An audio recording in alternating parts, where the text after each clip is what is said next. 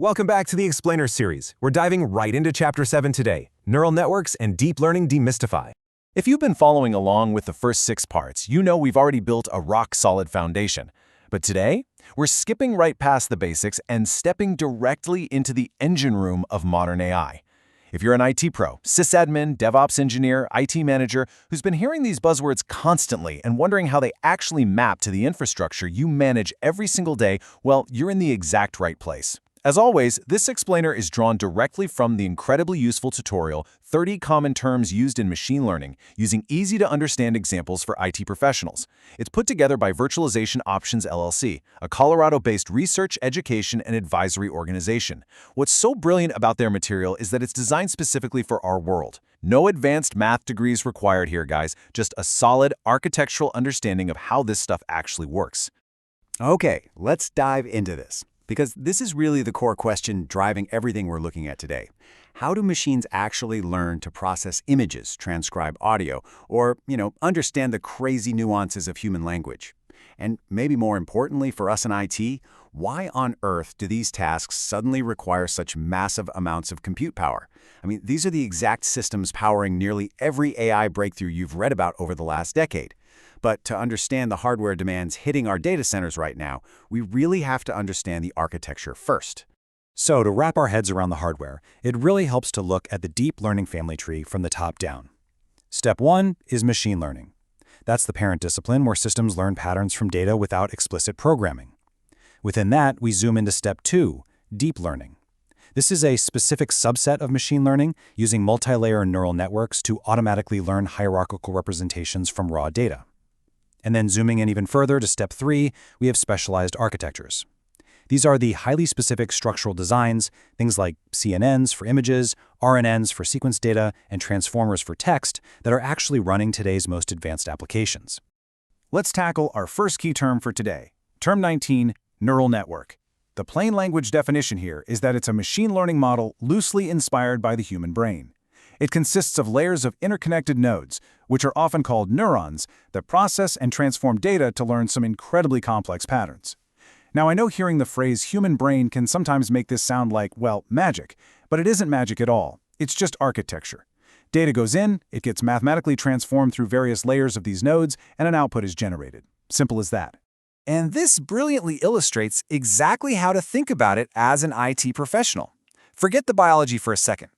Think of a neural network just like a classic multi-tiered application architecture. Step 1 is your input layer. Think of this as your front-end web server that initially receives the raw data or the request. Step 2 represents the hidden layers. These are your application servers sitting in the middle tier, crunching the numbers, applying business logic, and just heavily processing that data. Each layer transforms the data a little bit further. Finally, Step 3 is the output layer, which is essentially your database returning the final calculated result or prediction. That architectural mindset perfectly sets us up for Term 20, deep learning. Once you understand what a neural network is, deep learning is simply the practice of utilizing those multi-layer neural networks we just talked about. The deep part, that literally just refers to having many of those hidden layers, those application servers, if you stick to the analogy, stacked together. So the incredible power of deep learning, and honestly this is the part that really clicked for me, is its ability to automatically learn hierarchical representations from raw data. You don't have to manually tell it what features to look for anymore. The sheer depth of the network allows it to figure out those complex features entirely on its own. Now, what's really interesting about this slide is the stark contrast between traditional machine learning and deep learning, especially when we use a scenario we all know and love, log parsing. In the traditional approach, you're the one essentially writing the complex regex patterns to parse through those server logs, right? You define the rules, you set the parameters. Deep learning takes an entirely different approach. It's like feeding a system millions upon millions of raw logs, and the system literally invents its own parsing rules. It discovers deep, hidden patterns and anomalies that you as the engineer might never have even thought to look for in the first place. But, as you can probably guess, having a system invent its own rules across millions of data points comes at a pretty steep cost. This brings us right to those specialized architectures and the massive compute required to actually run them. Different data types require different network structures. We've got CNNs, or convolutional neural networks, which are optimized specifically for images. We have RNNs, recurrent neural networks, built for sequence data like time series or audio. And of course, we have transformers, the absolute heavy lifters for text and multimodal data. But here is the critical IT takeaway for us. These architectures are utterly useless without massive amounts of data, and processing all that data demands unbelievably heavy compute. This is exactly why we're seeing this sudden, overwhelming demand in our data centers for specialized hardware like GPUs and TPUs. Standard CPUs, they simply cannot handle the parallel processing required by these massive multi-layered networks.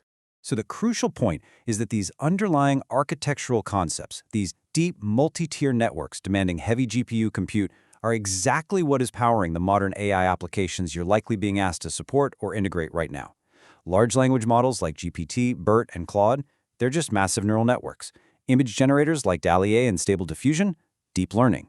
Real-time speech recognition, or even groundbreaking scientific tools like AlphaFold predicting protein structures. Every single one of them is running on these deep learning engines. It's not some mystical black box. It's just a highly scaled, incredibly deep, multi-tier architecture doing some very heavy math. Which leaves us with a pretty fascinating thought as we wrap up Chapter 7 of this explainer. We just talked about deep learning systems successfully inventing their own rules to parse massive server logs, essentially bypassing traditional human-written logic. If they can do that autonomously today, what traditional IT infrastructure paradigms will these systems redefine next? How will networks, storage, and security routing adapt when the systems themselves start rewriting the rules? Definitely keep that in mind as you look at the hardware requests crossing your desk this week. Thanks so much for joining me for this focused breakdown, and I'll see you in the next one.